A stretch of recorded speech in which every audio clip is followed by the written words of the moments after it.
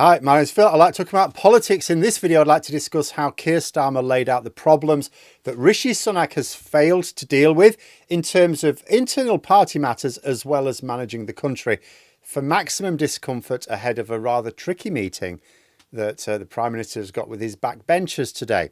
But first, if you'd like to be notified of daily news and politics, please subscribe to the channel. So before I get into the bear pit that is the House of Commons, I'd like to just reference the fact that Leo Varadkar has announced his resignation today.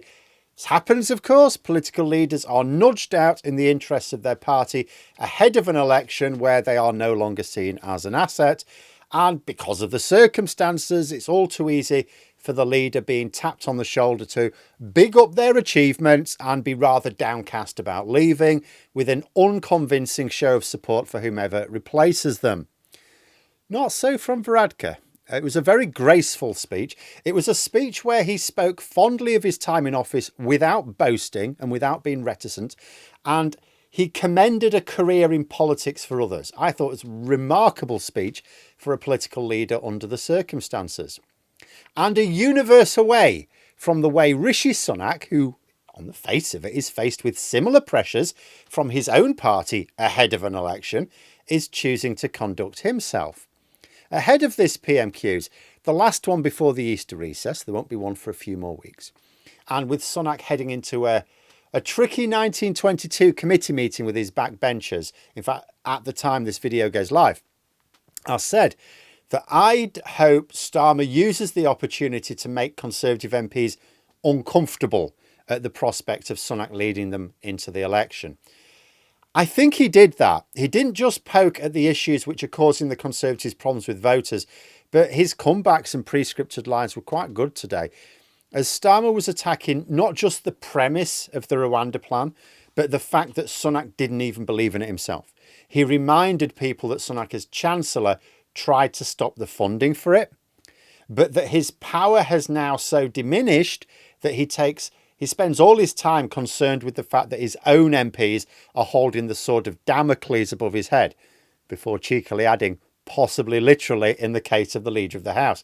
So this refers to Penny Mordaunt, who is probably tired of the fact the only thing she's known for is holding a sword upright at the coronation. The Chief Whip, Simon Hart, thought it was a great joke, though. Oh, he was loving it. Oh, it's funny. He was elbowing Mordaunt in the side. Oh, it's funny. That was a good one. But she had a face like a smacked ass. She did not think it was funny. Nor did Rishi Sunak, if you look at the clip, which I'll link in the description below for your further viewing pleasure. All designed to poke at the fault lines in the dysfunctional Tory party. Because there are Tory MPs who are upset, not just that Mordaunt and others have been mentioned as successors. I mean, that's just coming from the usual suspects, the rebels. You roll your eyes, yeah, get on with it. They're annoyed that Mordaunt doesn't seem to be doing very much to stop the rumours. Mind you, the list grew even longer. It's now Mordaunt, Badenoch, Shapps and Tugendhat. All of these are supposed to be unifying figures, apparently. But the more names that get added to this list of possible replacements, the better for Sunak. Because any Tory MPs wanting to oust Sunak, and there are some, they're not likely to persuade the rest of their colleagues to go along with it if it means a long, drawn-out, self-defeating leadership contest like in 2022. Surely their only chance is to be able to say, look, we're going to have a single, universally accepted, unifying figure. Oh, they don't have one? Too bad for them, all to the good of Sunak. Labour have always had a few quite good lines against him. One is that he's out of touch. Another is that his wealth protects him from the problems that he has dumped on ordinary people. And these lines were used to good effect today. There was one particular moment where Sunak attempted to defend himself by, ironically, attacking Starmer's past career as a defence lawyer. But Starmer just fired back, saying he'd prosecuted more criminals than Sunak has had helicopter rides. And that's a lot. I might even have gone further.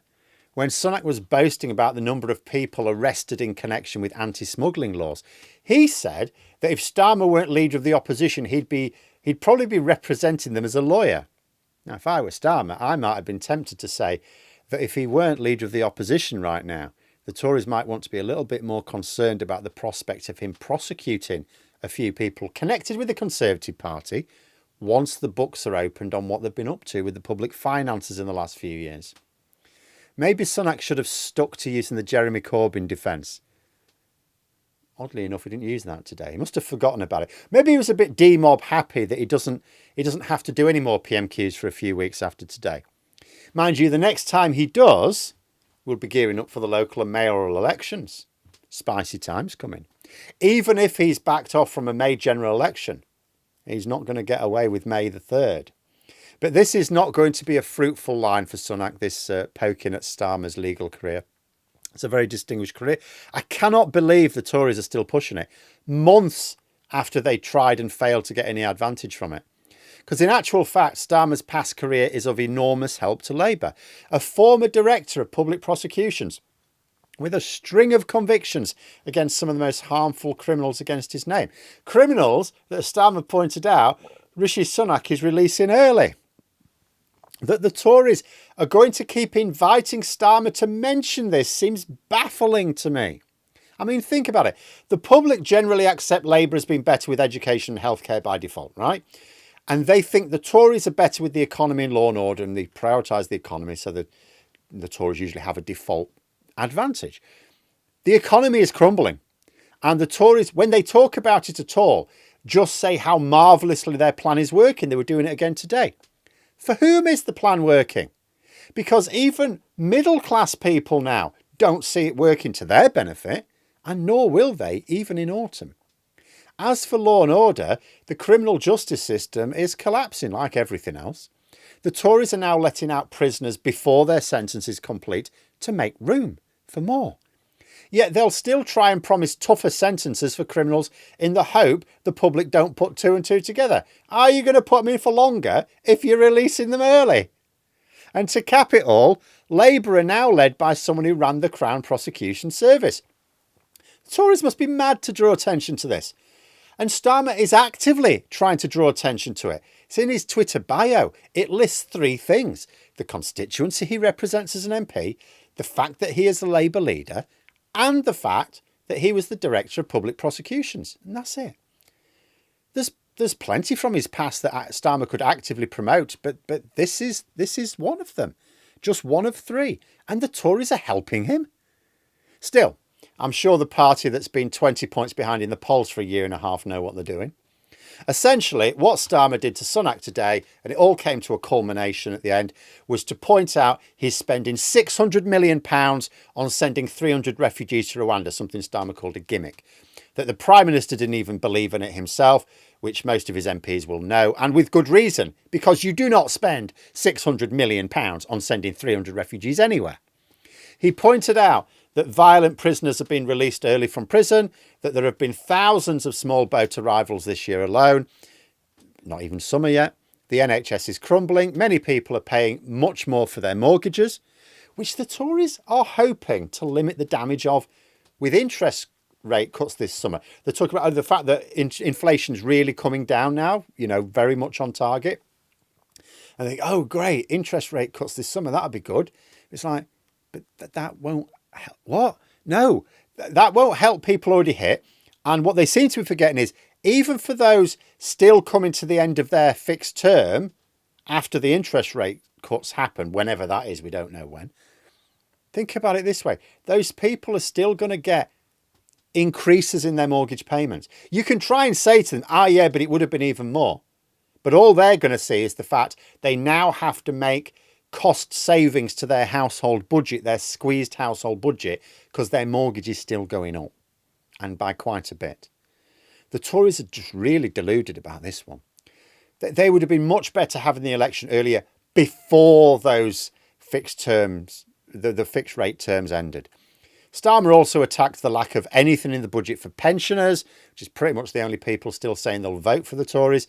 And to cap it all, promises of a £46 billion a year unfunded tax cuts. Starmer asked, why is he so scared to call an election after all that? And as part of the response, Sunak is now explicitly saying that the election will be the second half of the year again, which he refused to confirm last week. I will always say he's been known to tell the odd fib. Don't just assume, it'll be autumn. Just because most of the media is saying that, just because now Sunak's saying it, prepare as if it's going to be announced any day, right? But he's giving the impression it's going to be in the autumn. And as Starmer was calling for an election during his last question, Sunak tried to make a joke that he should be grateful for being given more time to come up with a plan. And I thought that'd be quite a good comeback, if not for the fact there's an uncomfortable truth there for the Tories. Labour obviously do have a plan and are now only adjusting according to the latest economic figures. However, there are other campaigns ranged against the Tories who will benefit from more time. The Lib Dems will be delighted to have more time to put distance between Ed Davey and the Post Office scandal, which, as I've said before, was always unfair anyway. Reform UK are being given more time to wave Lee Anderson around and potentially even tempt a few real Tory MPs over. To say nothing of solidifying the gains they've been making in the polls.